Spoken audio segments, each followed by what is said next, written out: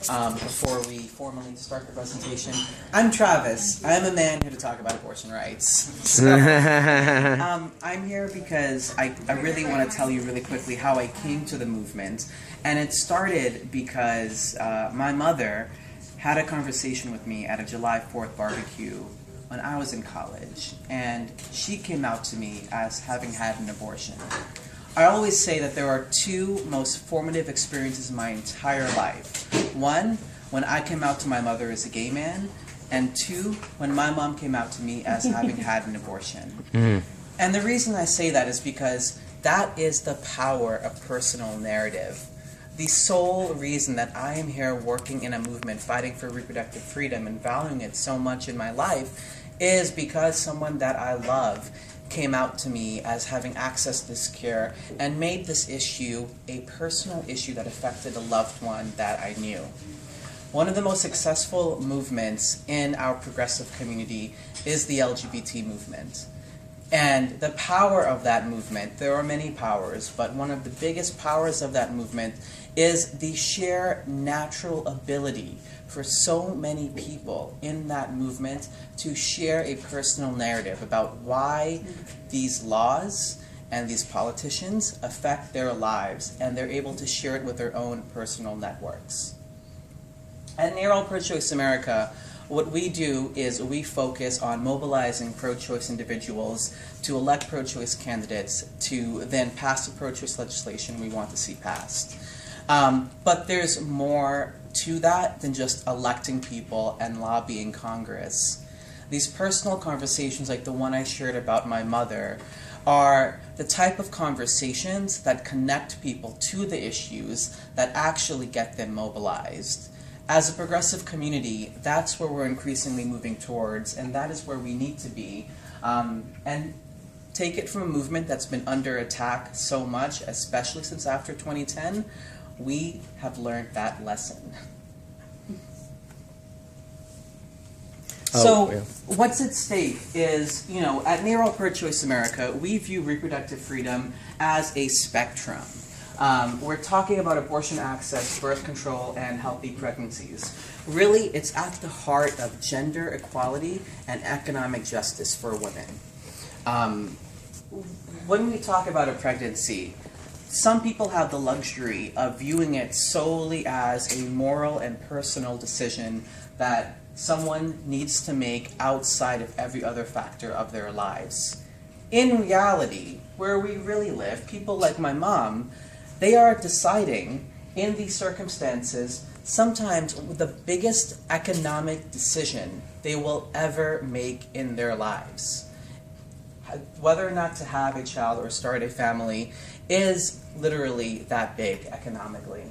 And when we're talking about an age where we will hopefully be having a woman and running for president and hopefully elected, we really need to not fall into the opposition's success in defining these issues outside of the everyday lives of our loved ones and ourselves. And talking about these in a way, such as economic justice, is where we're moving towards as a movement. When we talk about economic justice, when we talk about increasing the minimum wage, paid parental leave, paid sick days, those are all integral pro-choice issues. And pro-choice issues are integral progressive values. What NARAL Pro-Choice America does specifically, I've mentioned some of these, which is we mobilize people, we fight attacks in Congress, but I really want to draw your attention to the bottom too, because this is where our movement, as a movement for reproductive freedom, historically, I'll admit it, as someone in the movement, we've dropped the ball historically, but we've learned our lessons and we are picking it up.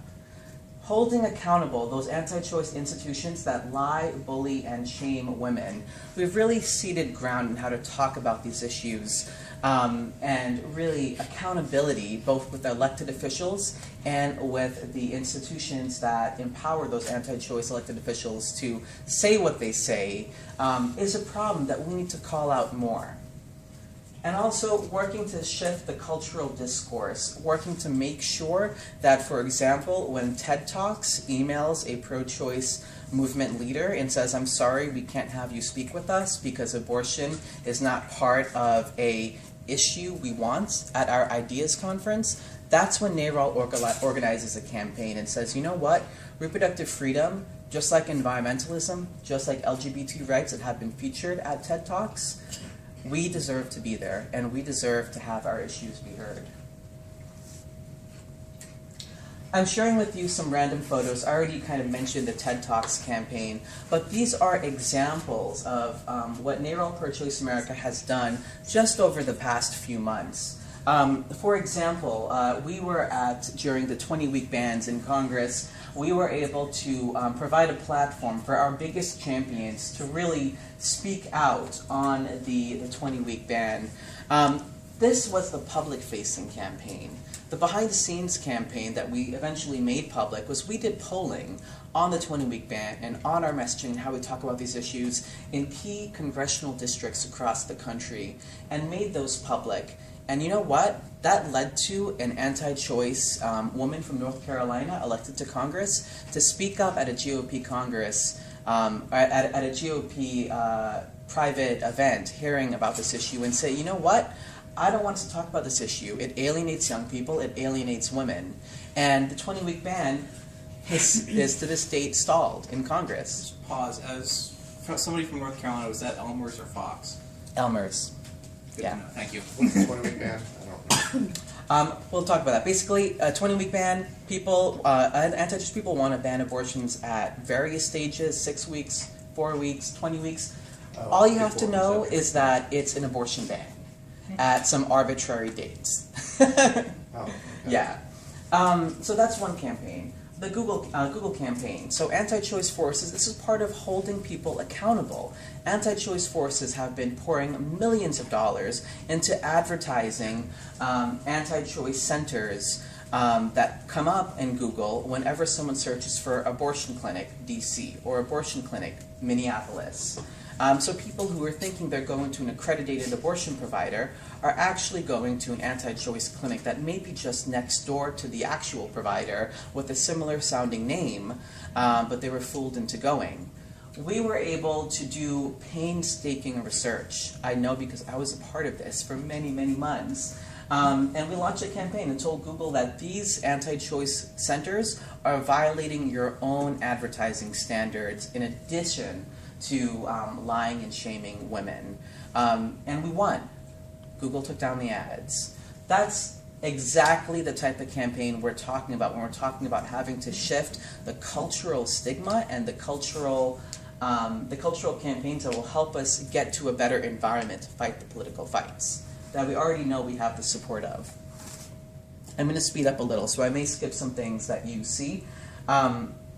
This is a pretty scary graph.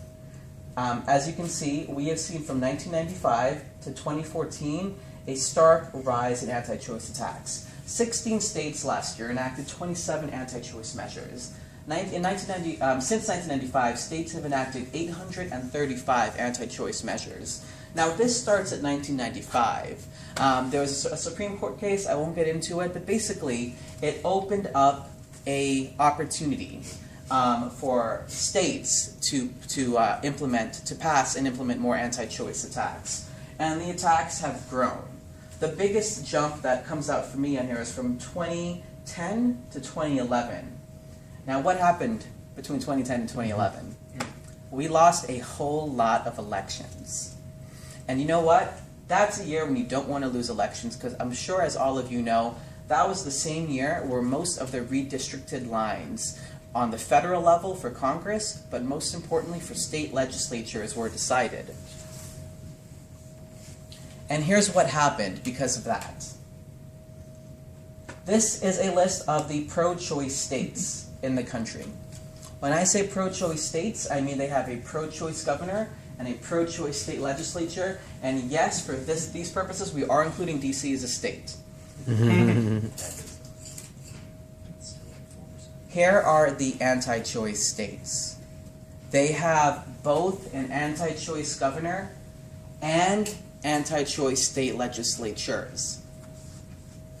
The states in the middle, the white states, those are states where we are facing a lot of battles. They are split. They may have a pro-choice governor and an anti-choice state legislature. They may have a pro-choice state senate, but a mixed-choice governor and an anti-choice state house. There are a whole bunch of combinations that make up these states in the middle. But you see some states that are surprising. New York State and Washington State, traditionally think of them as democratic states. On our issue, however, they're considered mixed choice. In fact, those states in particular, very deep blue states, we actually have had reproductive freedom legislation stalled due to there being split legislatures on our issue in those states. Massachusetts is also surprising. They just elected Republican That's governor. Thank Well, God he was for more COVID, moderate, as usual. Right. Yeah. Here are some examples of notable anti-choice attacks. By no means all of them. In Missouri, there is a pro-choice governor there, but they have an anti-choice legislature that was able to veto override a 72-hour mandatory delay. Again, this legislation is based on the paternalistic understanding that women aren't actually thinking through whether or not they need to access basic medical needs. They need an arbitrary date assigned for them to consider whether or not they want to access the procedure. Now, in some states, like South Dakota, they have waiting periods where weekends and federal holidays do not apply. So a 3-day waiting period or a 2-day waiting period might be a 5-day waiting period because apparently women can't think on the weekends and federal holidays. We're seeing bans on private insurance coverage. If you spend your own private money to access medical care, and part of the medical care you want available to you is abortion coverage, it's banned in many states. And it's an increasing attack that we're seeing on the anti-choice measure. In Tennessee, they amended their state constitution to allow more abortion restrictions. It was on the ballot. We fought hard. Unfortunately, we lost. Mississippi has a 20-week abortion ban. We mentioned that. Mississippi also has one abortion provider for the entire state. Now, think of any other medical common procedure that you get and think of all the providers available to you in your health insurance network, in your community.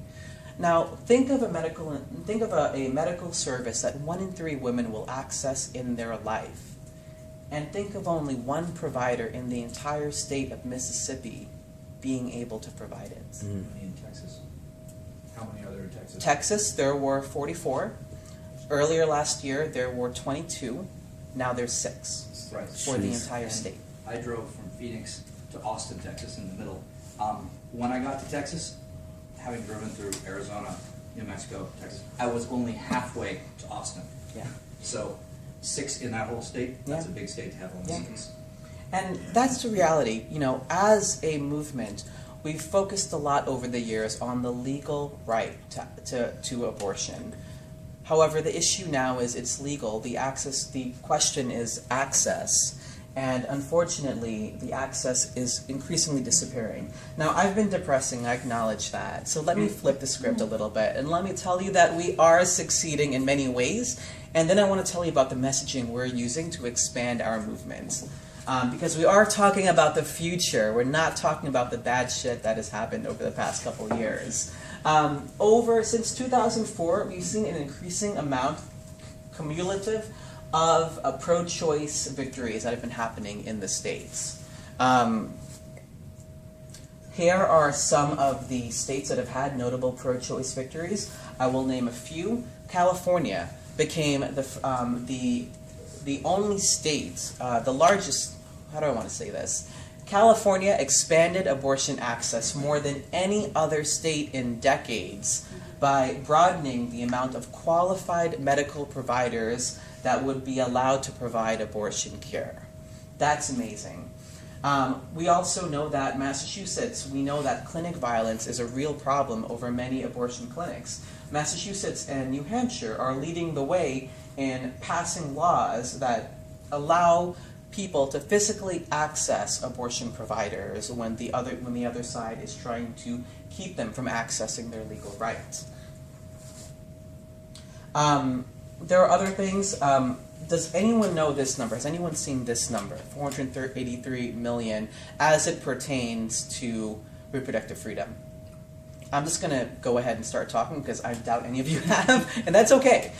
In 2013, thanks to the Affordable Care Act, U.S. women saved $483 million thanks to the contraceptive, the no-cost contraceptive mandate. So that means that since you're already paying for your health insurance every month with your premiums, birth control should be a very basic medical part of the basic medical package for every health insurance. And since many women are no longer paying the monthly copay for birth control pills, they've saved $483 million. That's an average of $269 per woman.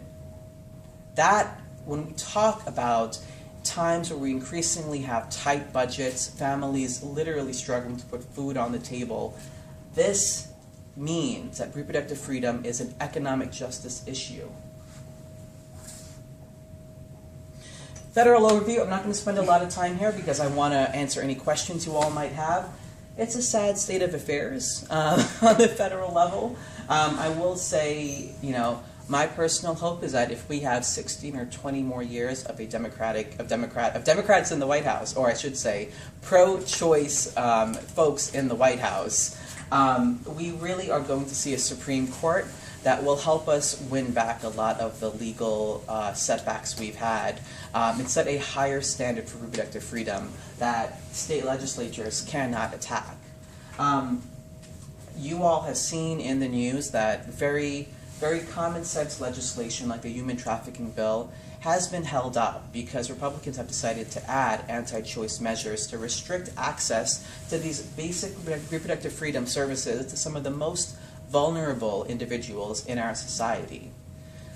It's very similar, this scenario, I think, as someone who was really proud to see LGBT people, Native women, and undocumented folks included in the last reauthorization of the Domestic Violence, VAWA, Violence Against Women's Act.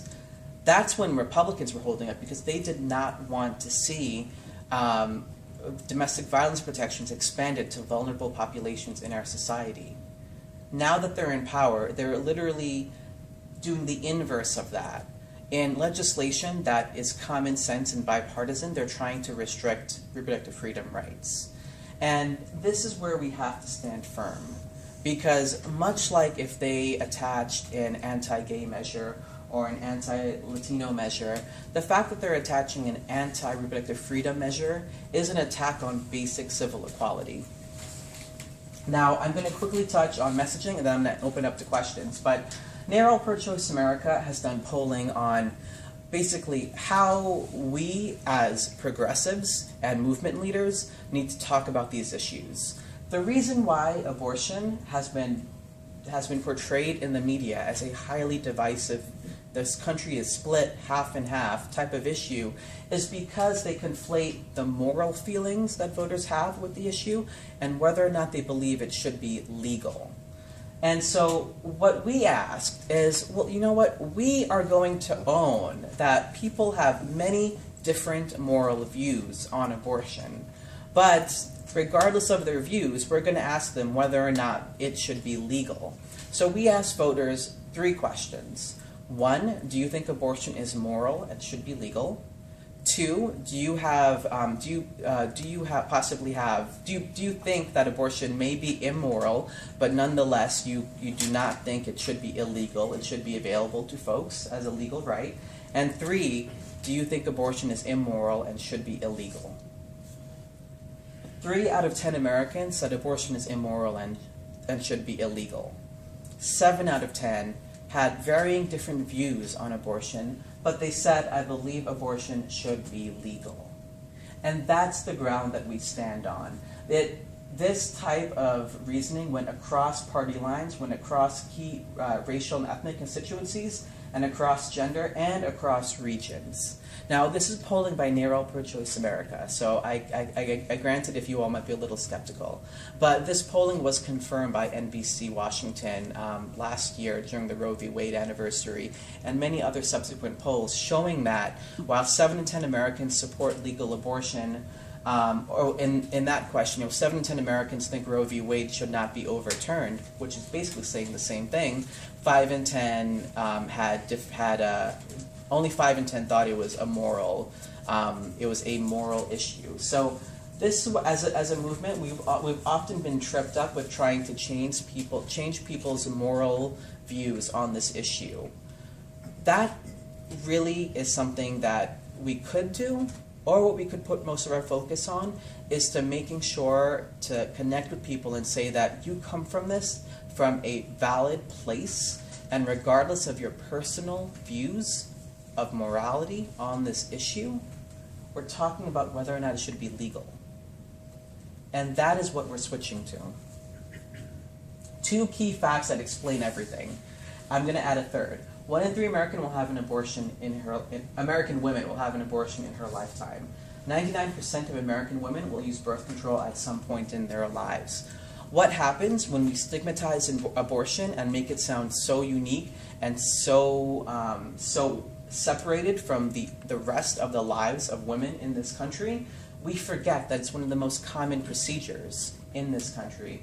We also forget that outlawing abortion does not decrease abortion rates statistically. When you look at countries that have banned abortion, countries where abortion is legal, what changes is the amount of maternal death in states. People forget that in this country, this movement started because we were facing a healthcare crisis, where this was the top 5 a number of issues where women were dying in hospitals because they weren't able to access legal abortion care. They sought out desperate measures trying to access it in other ways.